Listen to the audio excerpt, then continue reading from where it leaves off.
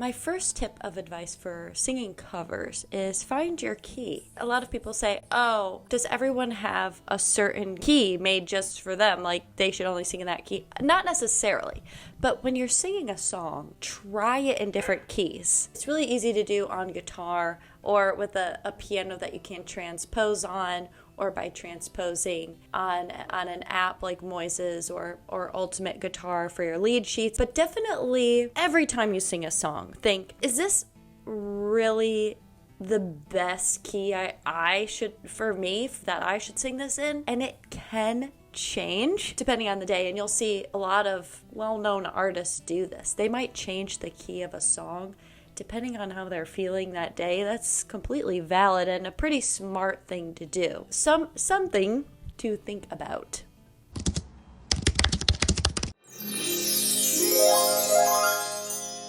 Make sure you have some songs that feel really easy for you and chill, that you know you're not going to be tempted to push on, so that when you do sing a full set, or when you're having a day, okay, and you're like, I want to go to karaoke, but I'm having a day, or I want to do this open mic, or I have an audition, have some songs that feel really easy. Not every song is going to be like going hard, especially if you're looking at doing a set. You have to pace yourself. So look for those can't help falling in love type vibe songs that you can easily do. Sometimes when we've been singing the same song for a really long time, we pick up habits, or we hang on to habits, I should say, that aren't really serving us anymore, right? Singing is basically muscle memory. It's just like lifting weights. You know, if you've been doing it the same way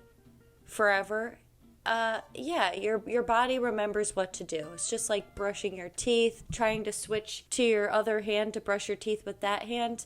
It's kind of hard to do at first because of the muscle memory. So a way to kind of break out of that, you can change the key, change the style of it. Intentionally say to yourself, I'm going to sing this in an emo style. Or I'm going to sing this with a jazzy undertone. Or I'm going to intentionally impersonate another singer. Listen to other people cover a song and see what kind of choices they're making. You want to break out of some of the old habits you've been doing. Easier said than done. If you're singing a cover and you can't really seem to remember a certain run or the next note, maybe you're starting cold in the next phrase and you never land on the right note. Have no fear. Here's a little hack for you. If you're playing with yourself on the piano, some block chords, or on guitar, ukulele, find a way to help yourself out. Throw that note in the chord, throw that run in the piano part, or on guitar if you can, or ukulele if you can, at least one of the notes, to kind of give your brain a clue as to what you're supposed to be singing. There's no shame in doubling the vocal line in the piano part here and there, or even for much of the song. Lastly, I would just say the best way to train, the best way to learn how you want to sing a song is to perform it. When you perform, you'll start to learn more about yourself. What happens to you when you perform? Does another gear switch on? Do you like to perform? How does the energy of the audience affect you and the way that you sing? Learning this will help you prepare better when you sing. Really adds to your toolbox and informs how you're going to practice the next time. What are your strengths? What are your weaknesses? Pro tip, record those performances. Record your practices. I guarantee you're going to hear a difference in the way you perform a song to when you practice a song, and maybe the speed goes up when you perform, maybe it slows down. I mean, you're going to notice little things that you do, and you most certainly are not going to be fully conscious of everything you do when you perform. I mean, pretty sure that's scientifically proven. Our auditory system is not fully engaged when we're speaking or singing. Something kind of dials back while we're producing sound.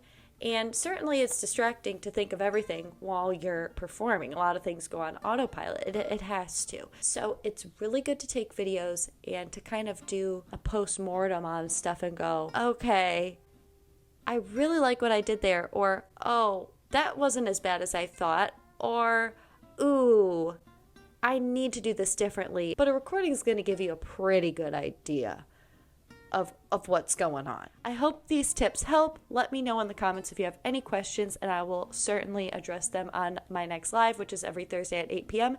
And if you want more in-depth help, I always recommend taking voice lessons. All the links for everything is in the description. Really appreciate you being here. Happy singing. Bye.